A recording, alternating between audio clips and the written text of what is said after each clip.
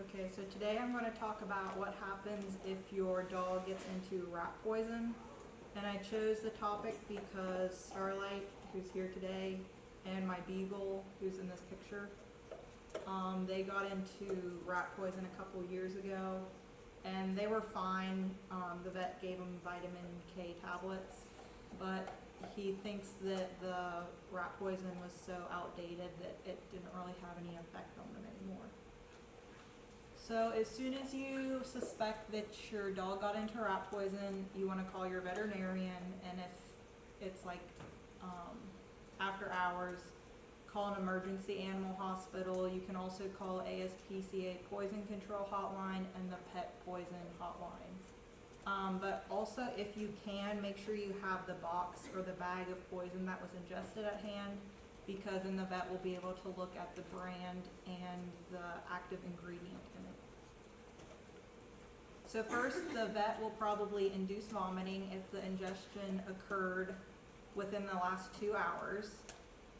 They could possibly give the dog activated charcoal that will help absorb the poison and decrease the amount of toxins released into the blood. They might pump the stomach if the vomiting can't be induced, and they will most likely run blood tests to look at the clotting factors in the blood. So the picture you have is activated charcoal, right? This is actually them inducing vomiting. Oh, okay, what is that then? Because it looks like a charcoal thing, but, It's hydrogen peroxide, oh, okay. which I'll get into But later. it's funny that it's black though. Yeah. Okay.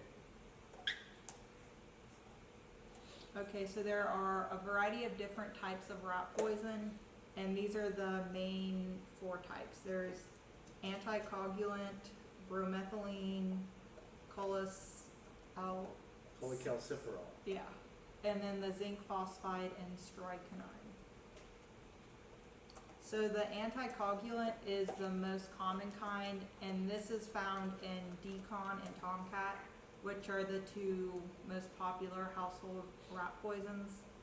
And these are the main active ingredients. I won't try to butcher the names, but if you look on the back of the packaging, if it says one of these, it is an anticoagulant. So this works by inhibiting the body's ability to recycle vitamin K, which vitamin K helps with blood clotting, and the blood clotting is prevented, so this causes internal bleeding. And it may take 2 to 7 days for the symptoms to appear, so you might not know until the symptoms appear that your dog ate rat poison. And the symptoms include bleeding from the eyes, ears, and nose, pale to white gums, bloody urine or feces. Your dog is easily bruised. It shows signs of weakness and loss of appetite.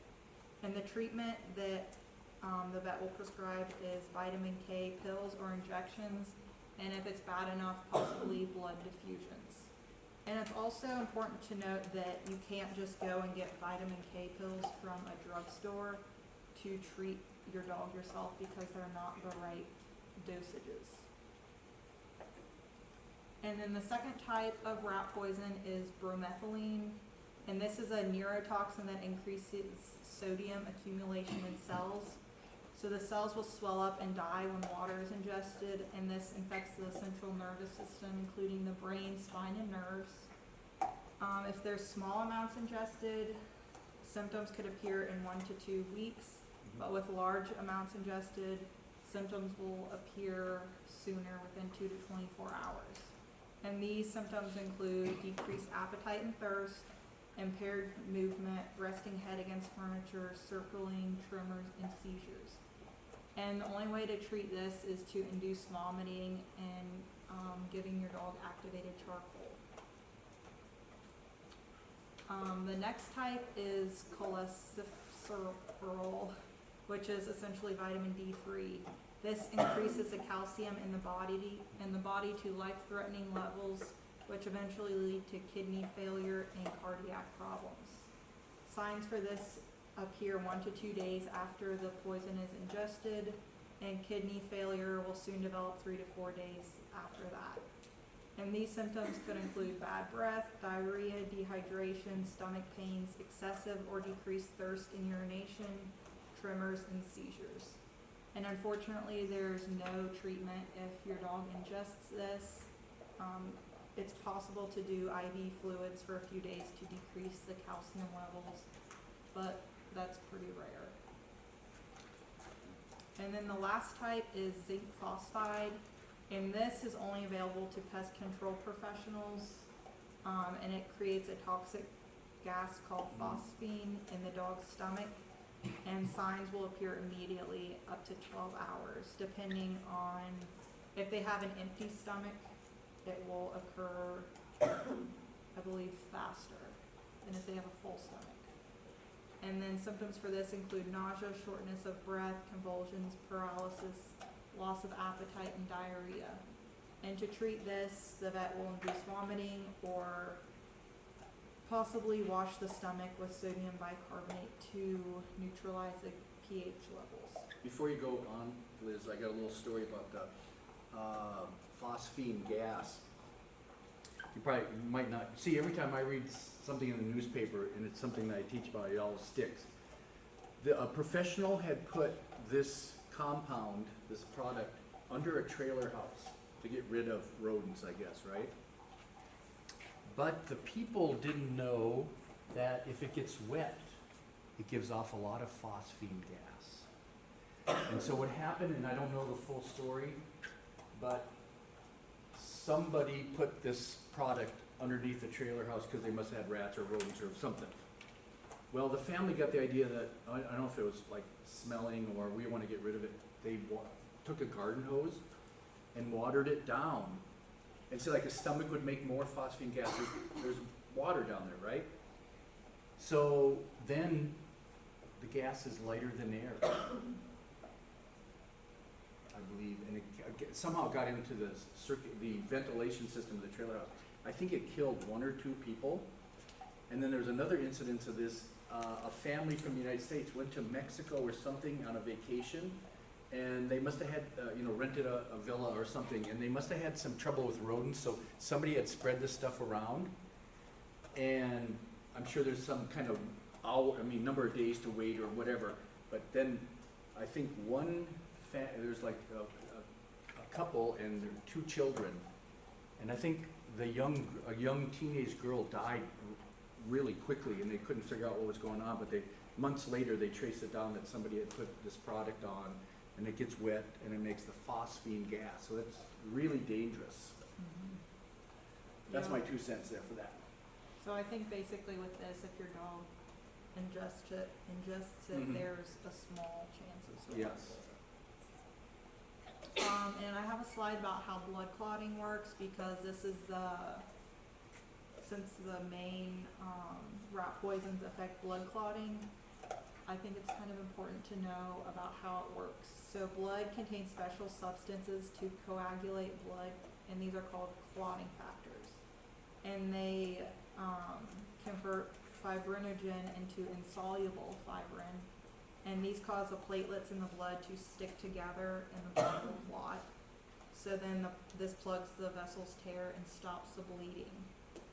And the clotting occurs within 5 minutes of an injury, but when rat poison is ingested, the clotting factors are basically eliminated, and that's what causes internal bleeding. And it doesn't show up right away because animals have a reserve of clotting factors in their blood, but once those run out, then that's when internal bleeding occurs.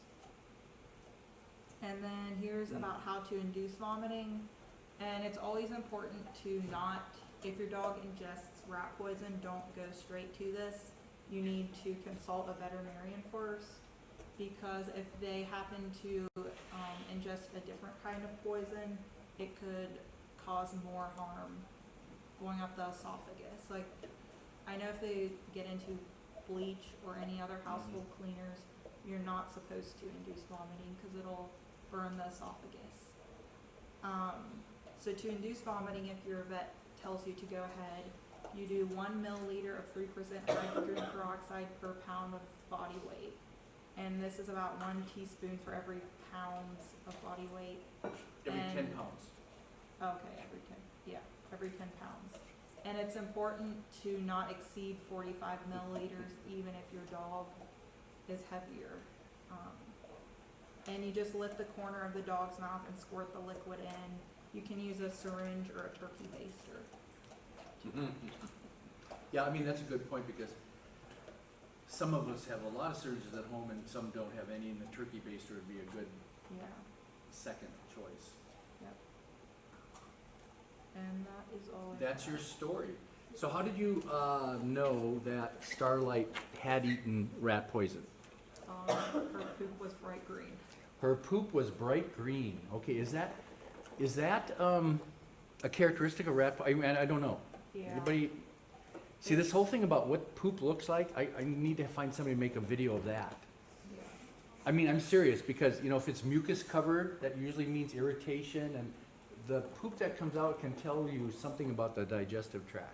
Yeah. But you said it's bright green? Yeah, which I don't know Okay. if all rat poison. But Yeah, all yeah, the kind I've but the seen kind. is- Did you guys have the package, like you said, like, No, or we you didn't. had no idea? Okay, Yeah. so okay, yeah, and then I'll let you point, Liz, to question. So you said that they do blood testing to test for clotting factors. Wouldn't that be kind of risky if there's no clotting factors? I think that's why they check it to see because if they don't know what kind of poison it is, it might not be that kind that affects the blood clotting factors. Mhm. It might be one of the other types. Yeah, there's some tests you do. My brain says prothrombin time, but there's some tests you can take a blood sample and see how long it takes to clot. And that's not dangerous at all. I mean, you take a blood sample and you do something, I'm not sure exactly the test. I want to say prothrombin time, but I'm not sure if that's right. Well, I was saying I would think it would be dangerous because you're piercing. Oh, I see. If you use a small needle and you tie that off, I see what you're coming, no. No. Okay, other questions? Was there other comment, question?